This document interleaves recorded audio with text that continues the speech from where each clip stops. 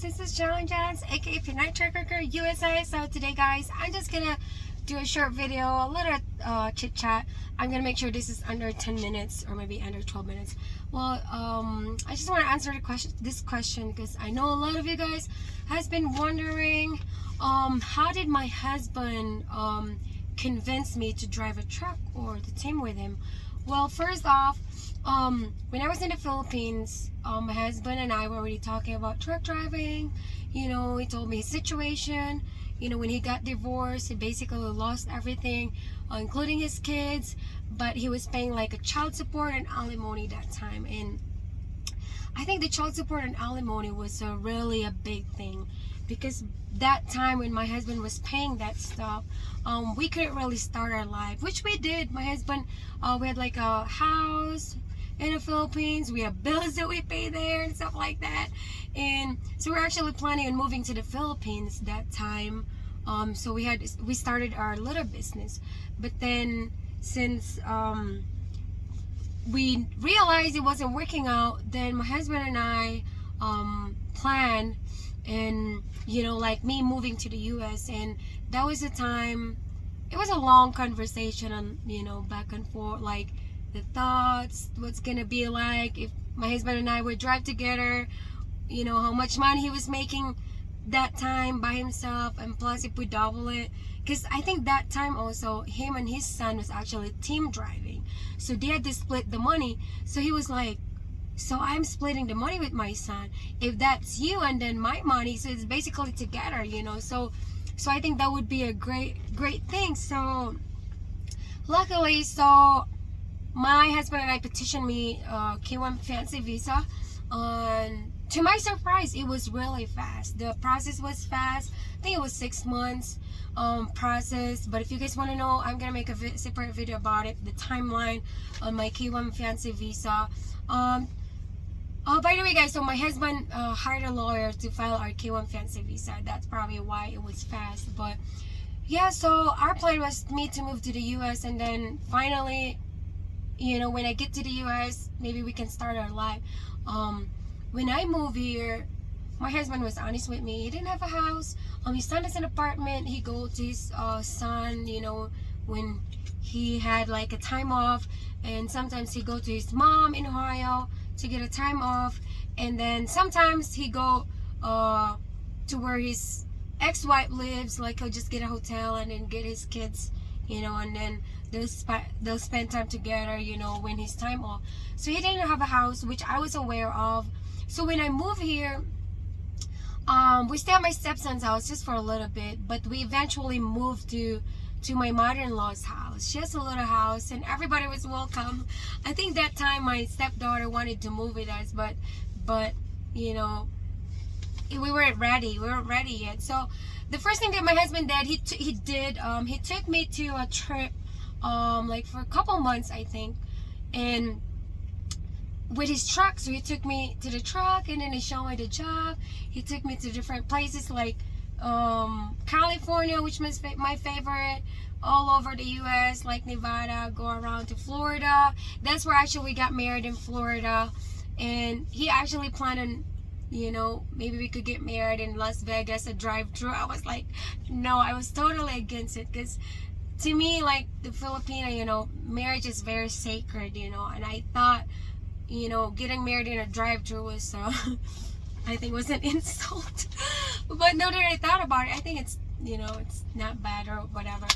Anyway, so we get married in Florida, and then after that, my husband realized that, you know, if I'm gonna be over the road, and if you're not gonna be with me, then I might as well find a job locally.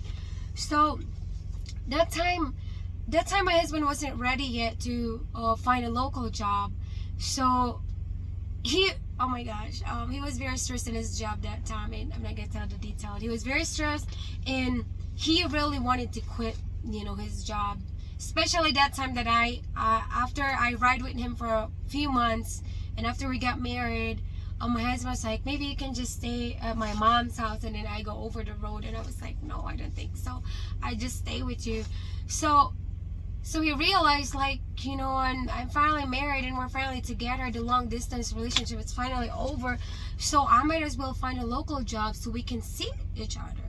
Well, our plan and me getting a CDL license was still there, but with the immigration process, it took forever. It took forever before I got my stuff, my paperwork done.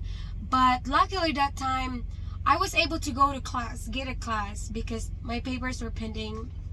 But I was able to go to class, and luckily I went to class with my stepson. That was when my stepson just came back from the Philippines. He's seen like how hard it was, in the Philippines. If you don't have money, how can you support yourself? Even if you get a job, the job is not enough to pay for you. So when my stepson finally came back from the Philippines, he was ready to be a truck driver.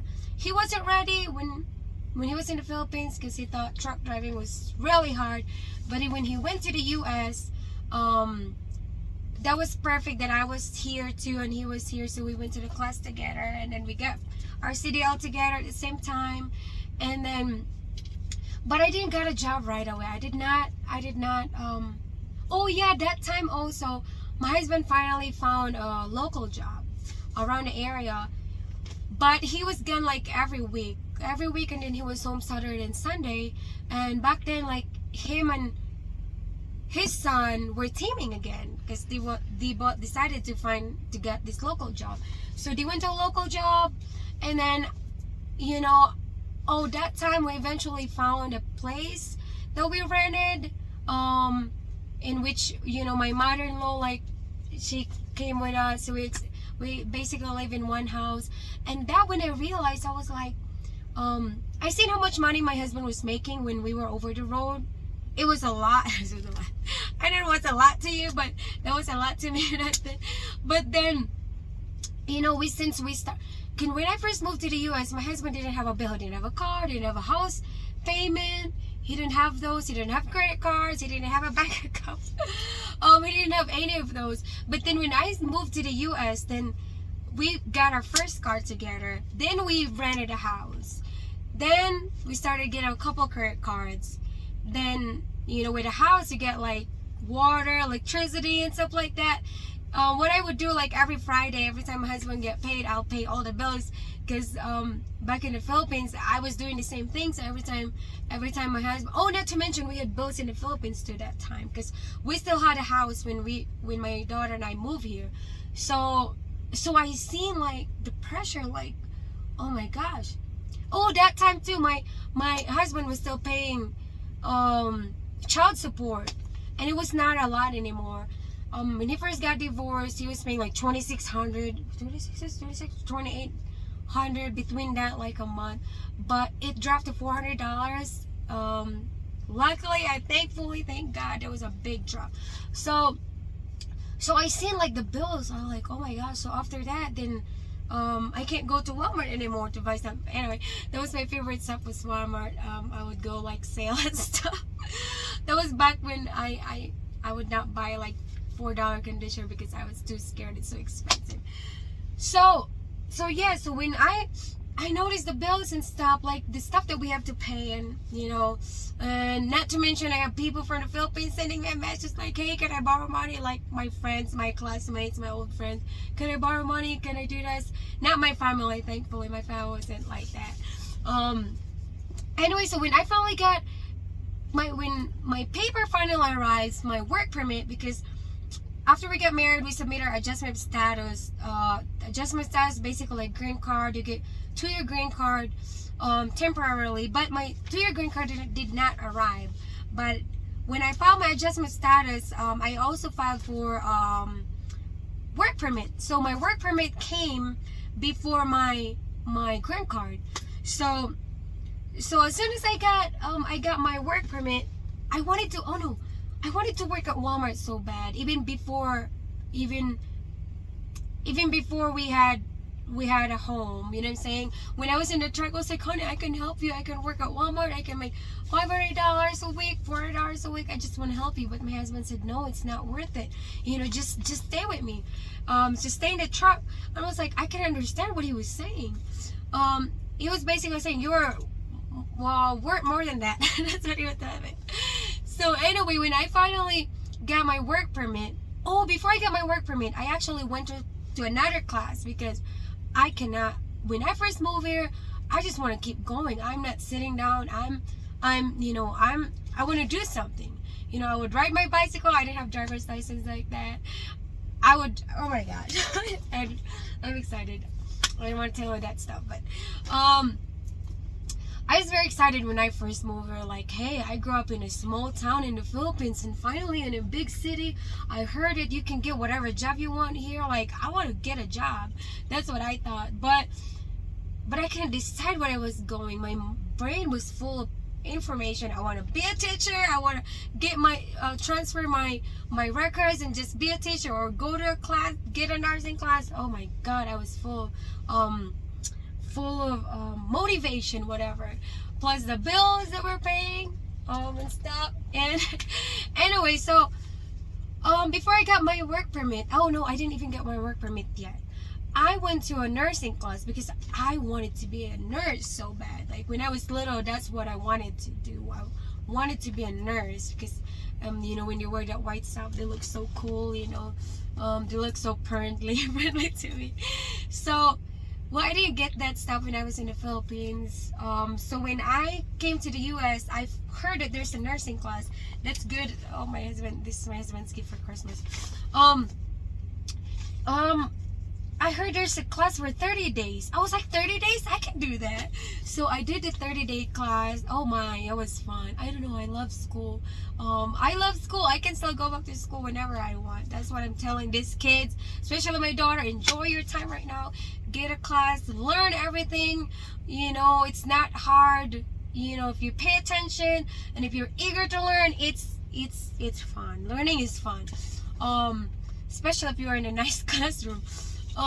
Anyway, so yeah, I finally got my state tested nursing assistant card. Then that I got a job at a nursing home in our area, and I really like it. I didn't think I was gonna leave that place. So when I was actually working in the nursing home, I had a CDL license already. I had a driver's license. I had a CDL license, and I had a nursing assistant license. So I worked there, but my green card wasn't available yet. I didn't get my green card yet. My green card was very important for me to get that local job that I had, which was my very first job. My green card was needed for me to get a hazmat, which is a hazmat endorsement. So for you to get a hazmat endorsement, you need to undergo like a background check. You need to pass the background check. Once you get the background check passed, then you can get the hazmat endorsement. And one of the requirements to get the background check is to have a green card, not a work permit. You need to have a green card. So when I finally got my green card, I applied this trucking job where my husband was working, and luckily they accepted me. And then my husband actually trained me, and he was actually training my stepson back then. So he started with his oldest son, Timmy with oldest son, and then when my stepson was ready, then he trained his middle son. And so when I was ready to work, then he kicked his son. Then he trained me, and then that training, and I was paid. Oh gosh, I wasn't paid like a new driver. I was paid. I didn't have experience. I had some driving experience, but it wasn't a 10-wheeler or whatever. But didn't care about it. I was making 110 grand a month right away, and it was, oh my gosh. So between my husband and I, anyway, so it was a great experience. So when I got my first job, and I was so lucky, my husband was there, to keep me between the ditches, to keep me in between the dotted line and the solid line. So yeah, that was my first job, and I was really motivated. You know what, guys? Like I mentioned earlier, my biggest motivation was, was to help my husband. That was it, to help my husband financially, and then mainly was the child support, and then to finally settle down, and get a better home for all of us. That was my main goal. And yeah, but that apartment that we had, it was an apartment, it was a house. Like my stepson stayed there, my two stepson, my stepdaughter, my two nieces. Oh my God, we have a full house, and I didn't care. The only care, when we stayed at one house with my stepson and two nieces and nephew, plus grandma and my daughter. Oh my God, I wish I taped that back then. The only thing that I cared that bothers me was seeing a lot of shoes in the living room. I was like, I do not want to see a lot of shoes because I think it's cluttered. That's the only thing. But long story short, it was fun. Everything works out for everybody. Our home was basically like the halfway house. is that how you say it? Like basically like a place for everybody to stay while they're trying to help themselves to find a job and to finally financially get situated. Long story short, my stepson and his wife has a beautiful home now.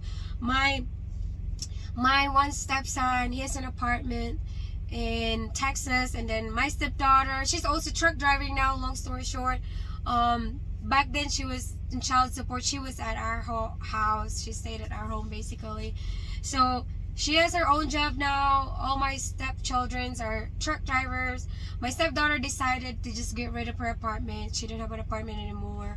She's living in a truck with her two dogs. And my stepson, my nephew, my husband's nephew, he has his own place now, and his girlfriend and stuff like that. So my husband and I basically helped them.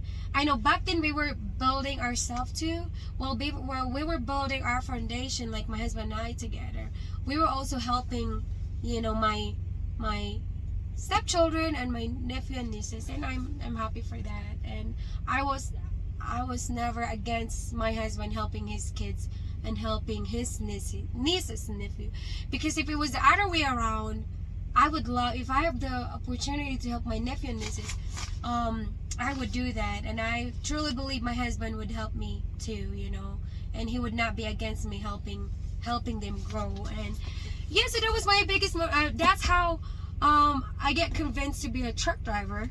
Like what I said, I was already already convinced when I was in the Philippines, because we had big dreams, and I already know if we doubled our income, it's gonna be great, and it is, and it's worked, and it's been working so far. So if you guys want to convince your wife, or just have a good talk about your wife, plan out what your plan is, how long you're gonna do this, or if your wife has a dream, I know your wife is probably thinking of doing something, and it's probably not her dream to be in a truck with you, sorry to say, but think of it like, if you do it like for 5 years, the money that you would make for 5 years, save that money.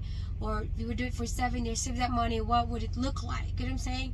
Or even me myself, I still have it's still in my head, or still in my dream, if my husband and I told my husband we can do this 5 to 7 years more, and after that I can probably get a class and do my nursing if I still want to do that stuff. So my dream to be a nurse is still there. I just put it aside because the school is always there, and there's always the need for a nurse.